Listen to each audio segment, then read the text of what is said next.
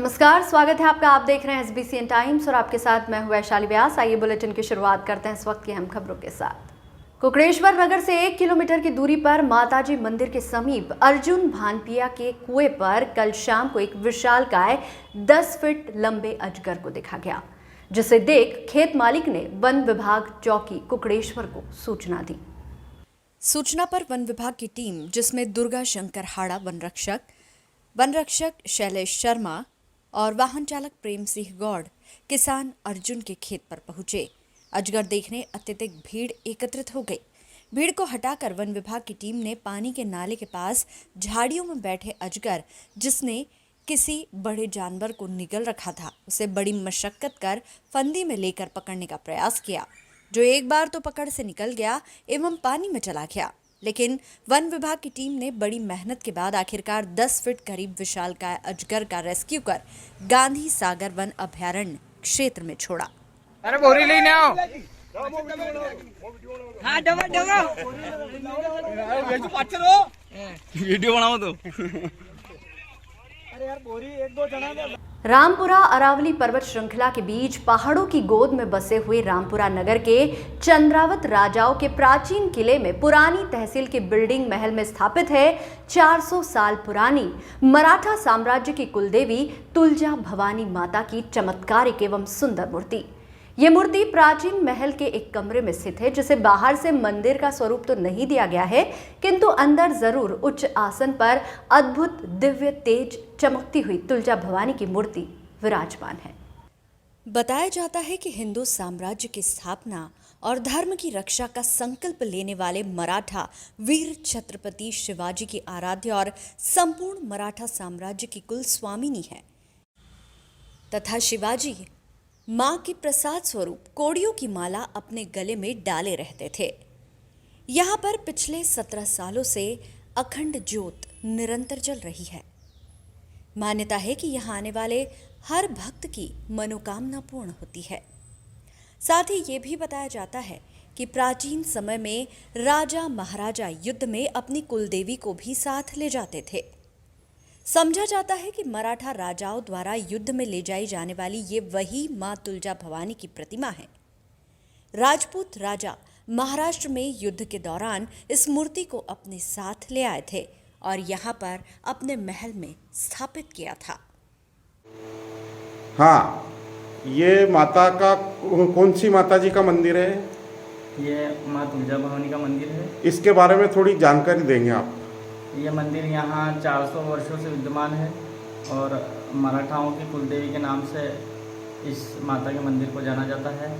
यहाँ पर लगभग कई वर्षों से यहाँ पर अखंड ज्योत चल रही है और उस अखंड ज्योत का ऐसा चमत्कार है कि यहाँ से वो लगभग कई वर्षों से जारी है और यहाँ पर जो भी भक्त आते हैं उनकी मनोकामना यहाँ पर पूर्ण होती है। और यह मंदिर जो है रामपुरा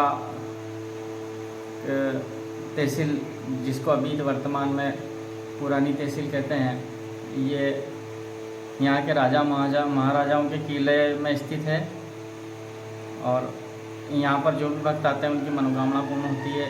यहाँ ऐसा माना भी जाता है कि यहाँ के जो पुराने राजा महाराजा थे वो युद्ध के दौरान महाराष्ट्र से इन माता जी की मूर्ति को लेकर के यहाँ स्थापित करी थी।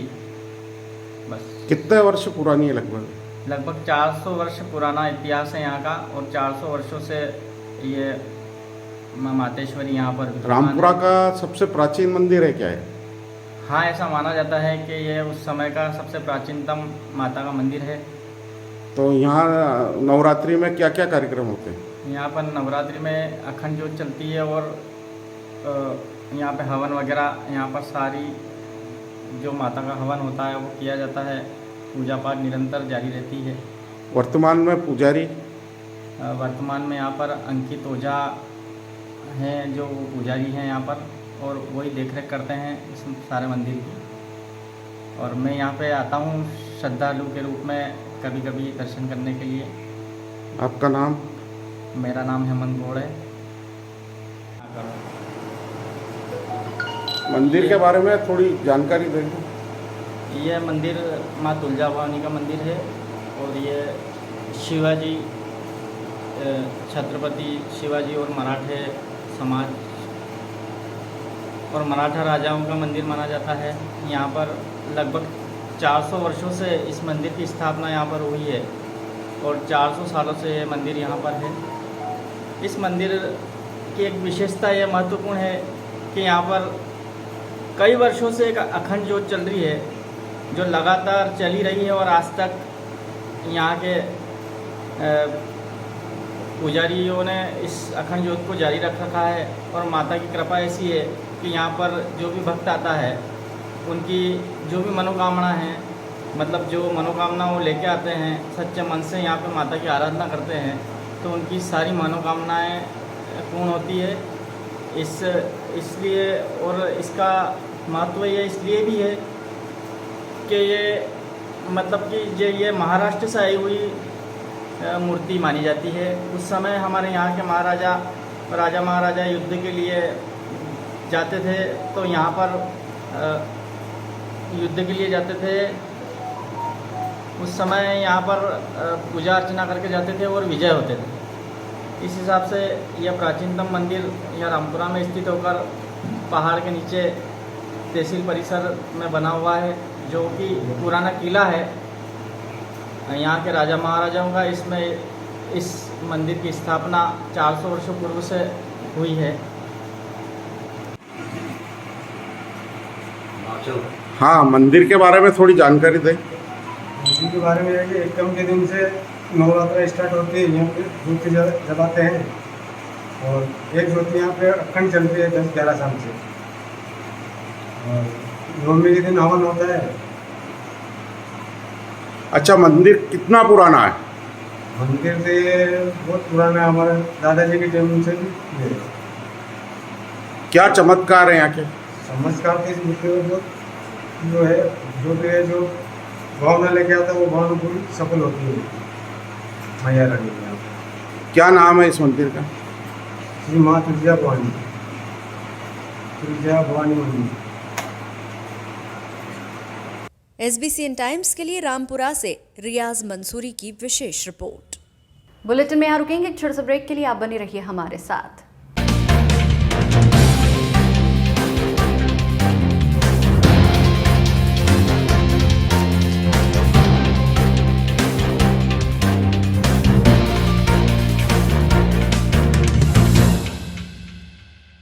मंदसौर जिले के दलोदा में जियो कंपनी द्वारा रिहायशी इलाके में एक निजी मकान पर टावर लगाया जा रहा है जिसका विरोध कई दिनों से यहां के रहवासी कर रहे हैं, लेकिन जिम्मेदार अधिकारी इस ओर ध्यान नहीं दे रहे हैं। ग्राम पंचायत से लेकर थाना तहसील कार्यालय पर शिकायत कर चुके हैं, लेकिन जियो कंपनी अपनी मनमानी के चलते धीरे धीरे कार्य पूर्ण कर रही है। दलोदा के रहवासियों ने जियो कार्यालय के बाहर धरने पर बैठ गए और जियो कंपनी के खिलाफ जमकर नारेबाजी की। वहीं कंपनी के वरिष्ठ अधिकारी से रहवासियों से चर्चा में बताया कि जिला कलेक्टर द्वारा स्वीकृति के बाद टावर लगाया जा रहा है और जनता की सुविधा के लिए टावर लगाया है। दूसरी ओर रहवासियों का कहना है कि रिहायशी इलाके में टावर नहीं लगाने देंगे, चाहे कुछ भी हो जाए, क्योंकि इससे निकलने वाली रेडिएशन स्वास्थ्य पर प्रभाव डालेगी, जिससे छोटे बच्चे, वृद्ध एवं बीमार लोगों के लिए नुकसानदायक साबित हो सकती है। इसलिए टावर नहीं लगाने देंगे। इस मामले को लेकर प्रशासन को कई बार अवगत करा चुके हैं, लेकिन प्रशासन भी इस ओर कोई ध्यान नहीं दे रहा है। प्रदर्शन किया जा रहा है। कंपनी का नगर दलोदा चौपाटी में एक निजी मकान की छत पर जियो कंपनी का एक टावर लग रहा है, जिससे कि रहवासी इलाकों के जो इनके स्वास्थ्य पे विपरीत प्रभाव पड़ेगा और जाके महिलाएं, बच्चे और आम नागरिक सभी जियो कंपनी के टावर का विरोध कर रहे हैं। और इसको विरोध स्वरूप हमने दलोदा थाने में, दलोदा तहसील में और मंदसौर कलेक्टर को भी जन सुनवाई में आवेदन दे चुके हैं, लेकिन बार बार आवेदन देने के बाद भी यहाँ का शासन प्रशासन और ये जियो कंपनी के जो अधिकारी है ये हमारी बात नहीं सुन रहे हैं। और अगर रात में इनने भी पुनः इसका निर्माण कार्य चालू किया, जिसका इस क्षेत्र की जनता ने और महिलाओं ने विरोध किया। और आज हमने सुबह एक सांकेतिक धरना, एक अल्टीमेटम के माध्यम से इनको किया है कि आपने अगर बिना जनता को संतुष्ट किए आपने अगर काम चलाया तो उसके होने वाले समस्त चीज़ की जवाबदारी आपकी रहेगी। लेकिन अगर आपने सब दूर अधिकारियों को, सब प्रशासन को अवगत करा दिया, इसके बावजूद भी इसका कार्य चालू है। देखिए, यदि कार्य चलता ही रहा तो फिर क्या? देखिए, कहीं ना कहीं मैं समझता हूँ इसमें जो जो शासन के जो अधिकारी हैं उन्होंने कहीं भ्रष्टाचार किया है और बिना दलवा पंचायत की एनओसी के या कोई भी निर्माण कार्य नहीं हो सकता है, इसलिए हमने इसका विरोध कर रहे हैं। गांव बूढ़ा में सहकारी दूध डेयरी पर बने नवीन भवन का लोकार्पण और किसानों को बोनस वितरित करने का कार्यक्रम आयोजित किया गया, जिसमें मुख्य अतिथि जिला कलेक्टर गौतम सिंह ने सरस्वती माता के चित्र पर माल्यार्पण कर कार्यक्रम का शुभारंभ किया और नवीन भवनों का लोकार्पण किया। तत्पश्चात वहां उपस्थित किसानों को संबोधित किया और पशुओं में हो रही लंबे वायरस जैसी बीमारी से बचाव करने और दुधारू पशुओं में लंबे वायरस न फैले इस हेतु मार्गदर्शन दिया। साथ ही दुग्ध वितरण समिति की ओर से किसानों को विगत 3 वर्षों का बोनस का भुगतान भी माननीय कलेक्टर महोदय द्वारा किसानों को दिया गया। इस दौरान जिला पंचायत सदस्य प्रतिनिधि संजय रत्नावत, दुग्ध समिति के क्षेत्रीय प्रबंधक ब्रह्मानंद पाटीदार, दुग्ध समिति अध्यक्ष छगनलाल पाटीदार, जनपद सदस्य गणपत लाल पवार, अजहर हयात मेव, सरपंच प्रतिनिधि राजेश पाटीदार, दुग्ध समिति सचिव सतीश मोड़ सहित कई किसान उपस्थित थे। आपका स्वागत करके साल और सिंपल वेट करेंगे। ये मोमेंट का जो प्रतीक चिन्ह है ये भी दो।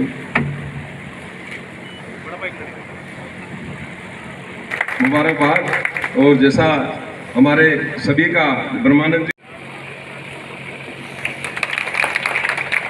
दूसरे स्थान पे, इसके बाद श्री कैलाश जी, इनका भी दूध उत्पादन ज़्यादा किया है और प्रतीकात्मक रूप से जो हमने अभी दूसरे स्थान पे, इसके बाद श्री कैलाश जी, इनका भी दूध उत्पादन ज़्यादा किया है और प्रतीकात्मक रूप से जो हमने अभी जो दुग्ध सहकारी समिति का जो उद्घाटन हुआ है उसमें आप किसानों को क्या संदेश देना चाहेंगे? मैं विशेष रूप से यहाँ इसलिए भी आया था कि एक तो ये है कि ये समिति बहुत अच्छे से संचालित हो रही है, फ़ायदे में चल रही है। सामान्य तौर पे जो सहकारी समितियाँ हैं बहुत सारी सी समस्याओं से जूझती रहती हैं और बहुत दिनों के बाद कोई ऐसी सहकारी समिति मिली जो इतनी अनुशासित और इतने परिश्रम के साथ काम कर रही है और अपने सदस्यों को बोनस भी बाँट रही है। दूसरा, लंपी स्किन डिजीज़ के बारे में लोगों को जागरूक करना था, लोगों से बातचीत करनी थी, ताकि जो महामारी है इस बगैर जन जागरूकता के बगैर पशुपालकों के सहयोग के संभव नहीं है। तो समिति के लोगों से भी मैंने आग्रह किया कि वो अपने स्तर पे भी लोगों में प्रचार प्रसार करें कि इस तरह की बीमारी को कैसे इससे निपटा जा सके। कृषि सहकारी संस्था सोसाइटी में वार्षिक साधारण सभा हुई, जिसमें किसानों ने समय पर खाद नहीं मिलने व डिफॉल्टर किसानों को नकद में रासायनिक खाद नहीं देने का मुद्दा भी प्रमुखता से उठाया। किसानों ने कहा खाद की लिमिट बढ़ाई जाए, जिस पर सोसाइटी के अधिकारियों कर्मचारियों ने कृषि विभाग एवं प्रशासन द्वारा निर्धारित मात्रा के अनुसार प्रति hectare 2 bag urea, 2 bag DAP, 8 bag super phosphate एवं 2 बैग 12, 32, 16 की सीमा अनुसार दिया जा रहा है। किसानों ने समय पर रासायनिक खाद नहीं मिलने, डिफॉल्टर किसानों को नगद राशि से खाद नहीं देने के मुद्दे के साथ ही सबसे बड़ा भावांतर का मुद्दा भी उठाया। किसानों ने कहा जहां सुपर फास्फेट के दाम बाजार में काफ़ी कम है, वहीं सोसाइटी में उससे कहीं ज़्यादा है। सरकार इन बढ़े हुए दाम को कम करे और किसानों को राहत प्रदान करे। वहीं वार्षिक साधारण सभा की बैठक में किसानों ने कहा कि खरीफ एवं रबी सीजन में जिस वक्त किसानों को रासायनिक खाद की ज़रूरत होती है उस समय सोसाइटी में खाद उपलब्ध नहीं होता है, जिस कारण किसानों को महंगे दामों में बाजार से खाद खरीदना मजबूरी बन जाता है। किसानों को ध्यान में रखते हुए खाद की डिमांड समय से पहले भेजे।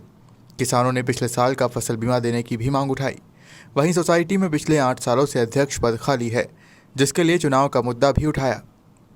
वार्षिक साधारण सभा में सोसाइटी में संस्था वर्ष 2023-24 अनुमानित बजट 21-22 के वित्तीय पत्रक स्वीकृतार्थ, गत वर्ष के बजट से अधिक कम हुए आय व्यय की पुष्टि स्वीकृति, संस्था में अधिकतम शिल्लक रखने, आत्मनिर्भर भारत योजना अंतर्गत कार्य योजना पर विचार जैसे विषयों पर प्रस्ताव रखे गए। किसानों द्वारा सीहोर में नवीन खाद गोदाम, किसानों को समय से खाद मिलना एवं कालातीत ओवरड्यू किसानों को नगद राशि से खाद देने व सुपर फॉस्फेट खाद के दाम कम करने के प्रस्ताव वार्षिक साधारण सभा में रखे गए। साधारण सभा में आय व्यय का ब्यौरा प्रस्तुत एवं संचालन सहायक प्रबंधक भरत दीक्षित ने किया। आभार संस्था प्रबंधक वीरेंद्र सिंह सिसोदिया ने माना। इस दौरान के एल बंधवा प्रभारी सहाकारी निरीक्षक एवं संस्था के सदस्य उपस्थित रहे।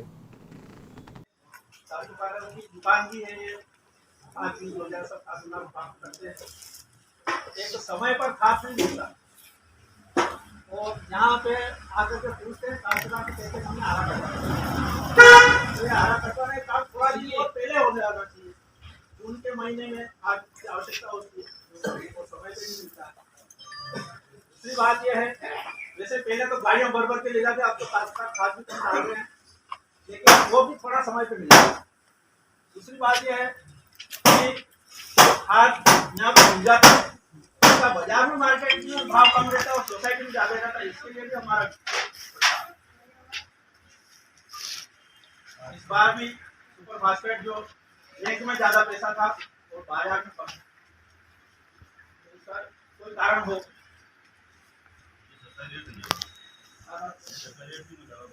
इस बुलेटिन में फिलहाल इतना ही। लगातार न्यूज अपडेट्स के लिए देखते रहिए SBCN टाइम्स। नमस्कार।